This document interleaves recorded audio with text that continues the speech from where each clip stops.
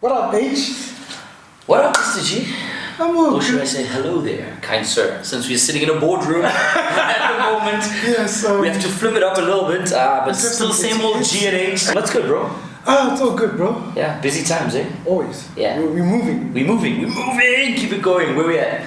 Right now, we're episode 32. We're heading to the 40s, bro. Guys, before you know it, you're gonna blink it's gonna be 40. Yeah. Like, and then you would have missed the train. The advantage that you would have gotten by having sat in the seat between us would have been gone. Where are we? We're in Norwood somewhere. Why are we here? You guys can see there's an empty There's an empty chair. So we need to fill this chair first of all. Yeah. We got a special guest. Last week, Joe mentioned that, you know what, you need to get your ducks in a row when you're starting a business, you know? And this is somebody who deals with one aspect of that. He's an attorney. Yeah. Without further ado, let's introduce guest for the day.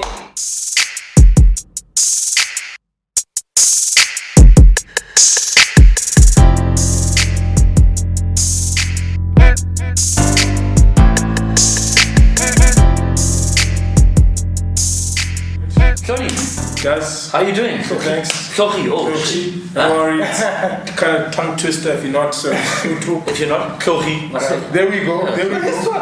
Oh, the episode go for depending on what you want. okay. It's just that now when he was introducing, now I'm confused. I thought I heard him say Sony, now I'm like, no man. Welcome to the show. First of all, welcome to the show. Thanks for having me. I love the energy and I hope I can keep up with the energy, guys. You don't have It's a lot. It's a lot, but you know, I'll maintain. Yeah, for sure. We know that time is money in your business. Great. So we don't want to waste too much time.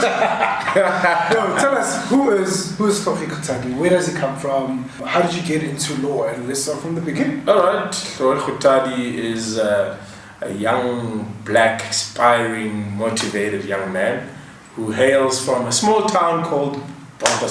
I've moved around boarding school. I've never really lived in the Bronx, but that's where my family's at. That's where the roots are. That's where the roots are. Yeah. You know, and then after high school I decided, you know what, I've always wanted to study law. A lot of influence was from TV programs but also just the interest in Law and Order. So That's my favorite noise. Law and Order, and the whole premise was I loved this mystical profession called law, and that you know, I can't tell you what exactly specifically made me say study law. I just loved the idea of law, and I really wanted to study it and see what it's all about. Yeah. So that's interesting. So you Just time out there before you jump into that. I just want to say, so you're the first guest we've had on the show that is doing what they plan to do and what they studied to do and has actually stuck to it. So everybody that we've sort of had on the show has like sort of diverted or used or U-turned or changed or complete I'm going the other way. So it's actually pretty cool that this is something that you've always wanted to do. Yeah. You stuck with it and followed through on the whole thing. Quite correct. I didn't do a mini money mo when it came. So you knew exactly what you wanted to do. Very cool. That is interesting. Very guys, cool. sometimes you don't need to quit what you're doing. Just keep your guns. Yeah. You love what you're doing. Right? Yeah, I do. Obviously, comes with. I mean, I love it, but it can get a bit, you know. As with everything. But yes, I'm quite comfortable. You went from law, right? Yeah. You went into law. What did you specialize in? Because I know with law you have to specialize in something. Or do you? No. Oh, is that a misconception? Or can you be a GP of law? No. So I noticed that obviously you go to university and you all get exposed to the same modules and the different types of laws. When you graduate the LLB, we're all basically in the same pool at that point. Wow, I didn't know. No one has specialized in anything. Okay. You know, except for maybe you've done an elective, depending on which university you went to. But that still doesn't say that you are now drawn to a specific area of the law. Okay. When you do your articles, to become an attorney, you need to do your articles. Okay.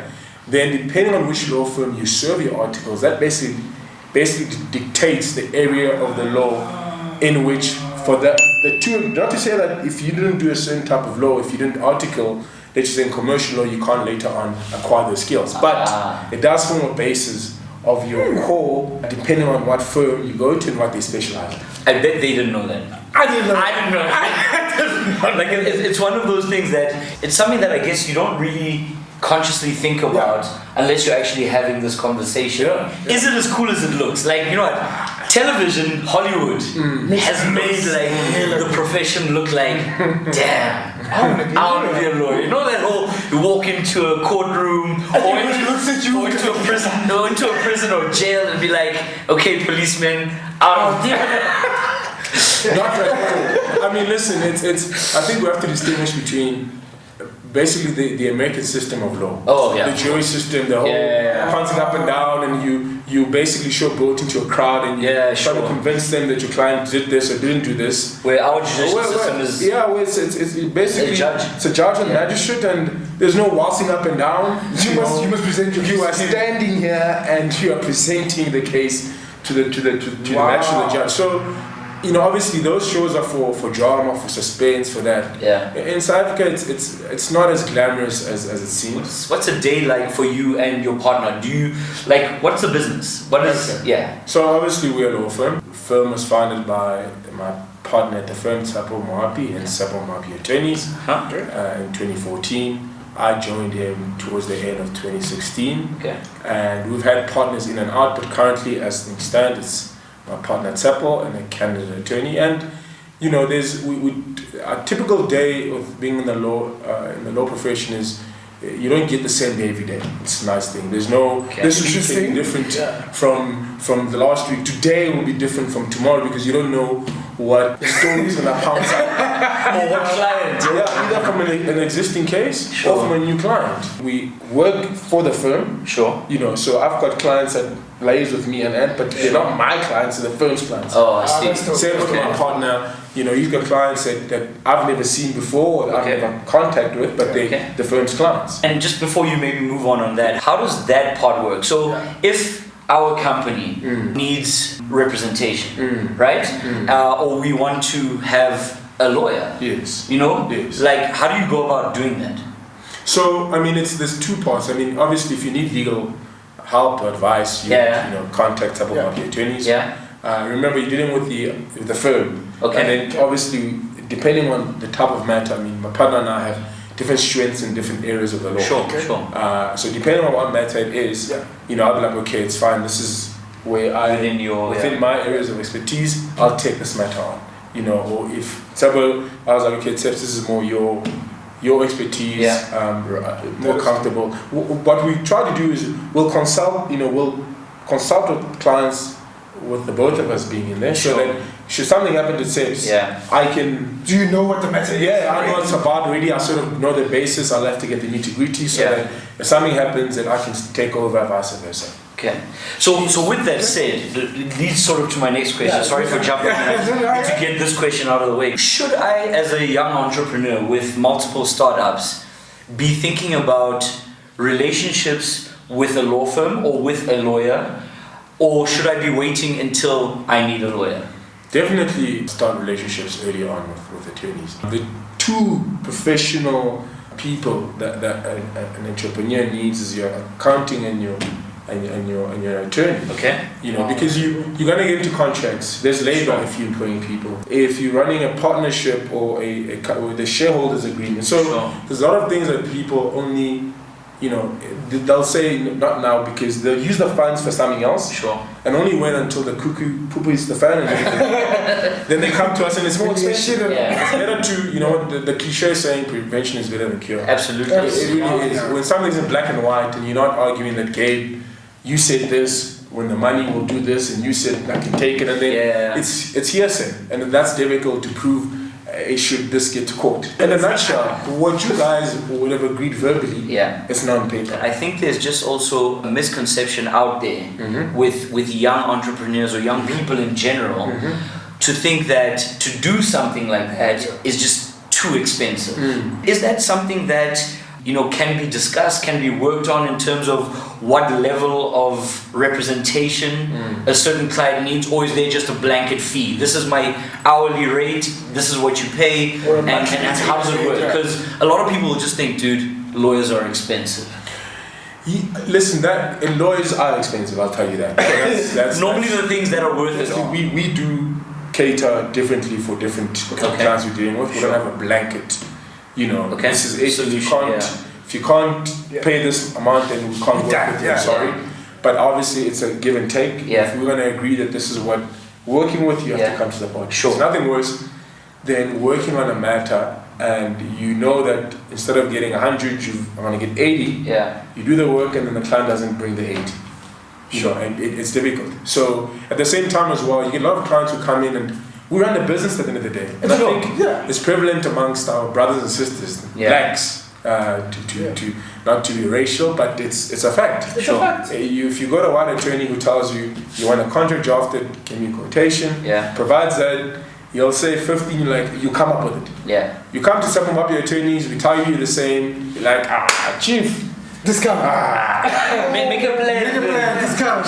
So there's difference between, I think, the partnership of knowing what we're doing, and I mean, if you're a once-off client, if like I said, with young entrepreneurs, we will grow with you, where we know that it's not just once off, it's continuous relationship building and work is coming. Yeah. Then it's better and it's easier for us to tailor that. But if you come in once off and we tell you a price and you want a whole 50% discount, then how am I gonna do the work knowing that this guy's gonna pay even I will 50% discount doesn't work. I'm gonna give you a 50% product of what you asked me to do. And people don't get the service. So people always say, if you go to Pick and Pay, bread is 14 rand. Yeah.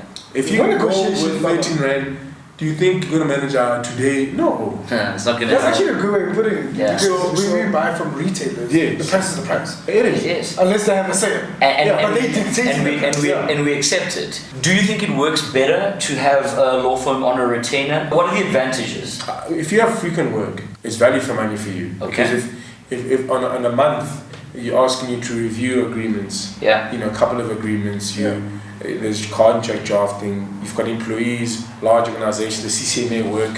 Sure. Then instead of you paying every time, work out a retainer, you pay, so you can say X amount. 20 hours a month or 30 hours a month. Yeah. Exactly. And the thing with retainers is that whether I do, 30 hours whether I give you one instruction this month or 10, you pay that amount. We stated. So, but if you're gonna have one instruction a month or one every 3 months, then the retainer it's more expensive for you. I'll gladly take it. You run a business. One instruction a month and you pay me, then I don't mind. But I mean, it's for the client, it's not so beneficial if you don't have a lot of ongoing month work, because retainers are monthly payment. What specific areas of law do you guys focus on? Or for you guys? Or okay, so it sounded like there was a lot in your head. Let's do top 5. Top 5 will be family law, labor, commercial. I'll put litigation, civil, commercial litigation in it. Estates. Sure. So you guys are busy. I'll put IP in there as well. Okay. Oh, you guys do IP as well? Yeah, we do trademark, copyright. Based on those top 5 that you mentioned, almost everybody that we're dealing with, especially in the new format of the show, would benefit from this type of interaction, or even just an introduction into the space, contracts, all of those things is what they're getting into, and it happens very quickly. You're pitching at a client, and then the following week you've been sent a contract that's 30 or 40 pages long, and you don't know whether you're going to come out of it alive, or you're signing away your kidney and all of that. I tell you, people just look at the numbers. I mean, if you're getting a 40-page contract, people quickly say how much are you getting, but they don't really need the fine detail of actually when this 100,000 comes, it's going to be there's deductions, so it's very important to have an attorney review a contract. And yes, listen, a lot of people try and review it themselves, which you can, but I mean, there's just some terminology and some things that you won't be able to. And it's a lot of reading. And you don't have the time. Somebody who understands the contract. I've seen all of that stuff. Plus, once they start going into the Latin, you're like, what? Bro. And that's where you just kind of like skip those pages and all of that stuff. Cool, so if you guys need a lawyer, come to the Tshepo Mohapi attorneys. Or you want to have a law firm on retainer, talk to them, talk to us. And the thing is, it happens very quickly, guys. Before you know, like you said earlier, before prevention instead of cure. Be ahead of that wave. Before you're getting knocked down, before at least even have a conversation with them to know, is this something that you guys will be able to help with? Because they'll help you with that. Even if it's not immediate, start building those kind of relationships with the attorneys. You don't, hit them up, guys. We're gonna put all the details. Drunken driving? We do. We do show. Listen. We do criminal work. It's not a large aspect of our practice, but it happens. It happens. We have existing clients and new clients who bail applications. We've gone as far as serious criminal matters. Ideally, then you guys are a law firm. Yes. An individual, a company can seek your guys' services and a consultation around what they need help with, and then obviously the steps will continue from there. Billing, invoices, all of those things, and then hopefully pay these guys. They're doing the thing that needs to be done. Otherwise, your pots would not be done. So look, I think it's very important. I think it's really cool that we actually came here and sat with you and had this quick chat, because young entrepreneurs, naive, blind, going at it, balls to the wall, and all of a sudden you're being hit with lawsuits because you don't understand what happened within the legal documentation that you're doing there. So I think it's a great thing as well to do that. I really think it's important what you guys do. I really think to have the relationship is important, to have the backing from a business, from an individual point of view, even just to know what's going on, and be on the right side of the law. Thank you for giving us time with that. Maybe we can have a little bit of a chat with your partner as well. Just get an intro from him. As young businesses, it's great to have exposure and like I said, man, to support each other. For us, it's more about the knowledge getting out of it. And even us sitting here now, I'm already thinking, okay, this deal that we're completing next week, we need to put in a contract in place to get that done. Expectations. They're going to give us their contract, and we know. We're just going to sign. We see the money, we see the amounts. That's where they go to, the money page. Exactly. So, It's a trap. It's a trap. Come to us, let us evaluate you, let us tell you whether it's a good deal. Be on the safe side, protect yourself. Absolutely. Thanks so much. No, thanks for having me. Cool. Thanks for having me. All right. Introduction. Yeah, you can do the introduction. I'd like to bring on the founder of Tshepo Mohapi. He's my partner in crime, Tshepo Mohapi. Alright guys, next to me and H, we have the founding father of founding member of Tshepo Mohapi Attorneys, and he'll tell us a little bit about what they do. Yeah, welcome to the show. Hello, yes. This is G&H, so hopefully new clients of yours. And, I'm looking forward to that. I spoke to Hlogi earlier. Yeah, sure. He's somewhat modest. The name of the firm is Tshepo Mohapi Attorneys, but actually our trading name is Mohapi and Kgothadi, so it's the both of us. Okay. I see. But our registered name, when you go to the law society, you come up as Tshepo. I see. As the founder, you had registered it like that. Makes sense. The rules of the law society are very old-fashioned, so you have to name it after a partner or a former partner. I see. Jeez, nobody knew that. Who would have known? You see, some people pull names out of the sky, There we go. We got a lot of information around how it works better for us to, be preventative rather than getting the cure or trying to find the cure when we move into these spaces. Just maybe give us a little bit of history on you, where you from, how you got into this. I decided that I was going to be an attorney when I was about 5 years old, I think. Wow. That's when I never thought of anything else. Sometimes that stubbornness is good, but sometimes I think, when days are rough, when they're really tired and it's good for a lawyer. I like that story already. I think I finished my articles in about 2012 or so.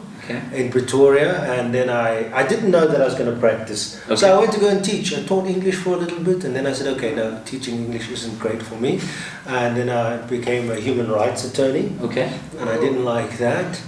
and this, on the side I farmed a bit. The human rights aspect. So you've had quite a journey. You've got the journey. I mean, I even lived overseas for a little bit when I thought, I'm not coming back. Okay. Wow. But the human rights thing was very interesting. I just wasn't in the right space. I didn't feel as though I was doing enough to assist people. Okay. And then I said, no, well, I can't do this. I'm going to start my own firm. Okay. So that's what I did. And then Hlogi joined me. I had another partner, and he was a friend of mine. Still is. But he friends can be friends, but not business partners. But he had to go. We had different ideas about the practice, and then Hlogi came along as well. We've had other partners come and go, but me and him are the two that did foundation. That carries on. Mohapi and Kgothadi, don't forget. Perfect. We won't be forgetting that. What advice would you give? That, maybe not 5-year-old, because they might not be watching this show with that sort of intent and interest. That kid who's 15, 16, 17 years old, getting their way through high school, has been fascinated with law and the career, and becoming an attorney or moving into that space. I mean, I know there's a lot of other things in the legal space, that you can sort of follow. I would say keep your mind open. Really keep your mind open. It's good to be determined, and it's good to have a sense of being quite stubborn in terms of fulfilling your goals. Sure. But also keep your mind open, because you can get to a stage, particularly when you do law. I think the stats at varsity when I was there, we had about, I think it was 300 in the English class, 300 in the Afrikaans class, and the graduation amount was just over 200. So that gives an indication of the dropout rate. Sure. So 30% will drop out. Yeah, no, it's more than, it's almost 2/3 of. Oh, 2/3, sorry, geez. I'm counting one class. He's not good with numbers. So if we ever do, when we do stuff, just make sure that if you get stuff with numbers on it, make sure it's coming from me and not him, because also you guys won't be paid right. No, we'll make sure. But that gives you an indication that when you go into law, you might have a certain idea, but by the time you complete the degree, you'd have a very different sort of experience of it. Sure. And the numbers get worse and worse as you get further along. So the number of senior attorneys are much lower and so on than other professions, unlike, say, medicine or something. It doesn't mean that the only way that you can fulfill your job as an attorney or as a lawyer, let me put it like that, is to be an attorney or to be. It's not necessary. Okay. You can, for instance, work for the various institutions like the Gender Commission, if you're into that type of work. If you want to go into corporate, go into corporate. So use your skill as an attorney to go into other work as well. You could even go into forensics and so on. But a legal background can really serve you well. Obviously, there are some really obvious ones: attorney, legal advisor, advocate, and politician. Yeah, is a very good absolutely. Company secretaries. But I mean, perhaps going back to what my partner said, when you want to engage with attorneys, I don't think you should be that nervous. People often view attorneys as being the guys in Sandton only, and they are incredibly expensive. Hello can be 50,000 rand. Jeez. Of course, when you move away from that, it's not like that at all. It's really not like that. But you see that, and I'm glad you say that, because the misconception is that let me rather do this myself, because even just to ask for advice on how do I go forward might be expensive. So I think as soon as people start, look, you're going to pay for it. It's a service that you need.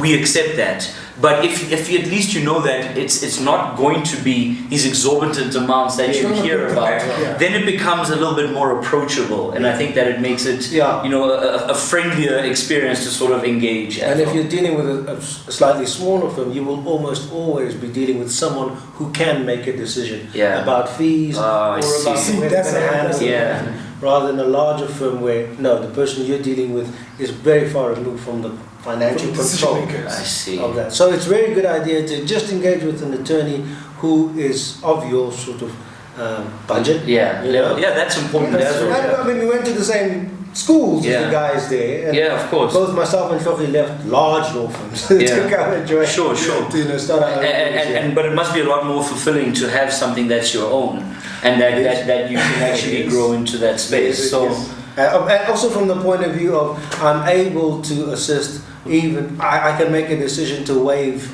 5,000 rand of the fees because I think, hang on, this person's struggling, but they can make it at, But this they need amount. your service. They really need me to help them That's right amazing. now. Sure, that's Or they can come to an arrangement with me very Yeah. quickly over the phone and tell me, listen, this is my situation, but I've got something coming up and I really need you to assist me. Yeah. I said, all right, come and talk to me. Yeah. We can come to an agreement on paper about it. You comply with that and we're fine. So you guys heard it for yourselves, man. They're not all out there just to drain your pockets. There's guys out here that actually want to help, and I think that's really refreshing to hear. Thank you very much for your time. I'm pretty sure, like I said, we will possibly be doing business in the very near future.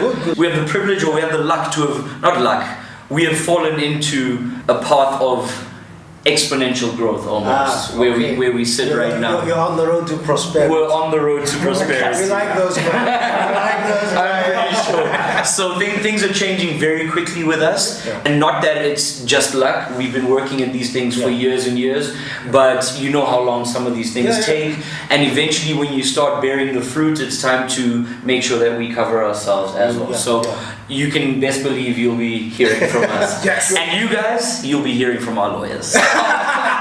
So I think we can leave it on that one. On that note, guys, don't forget to like, follow, share, comment, subscribe. Your friends need a lawyer, you need a lawyer, somebody needs a lawyer.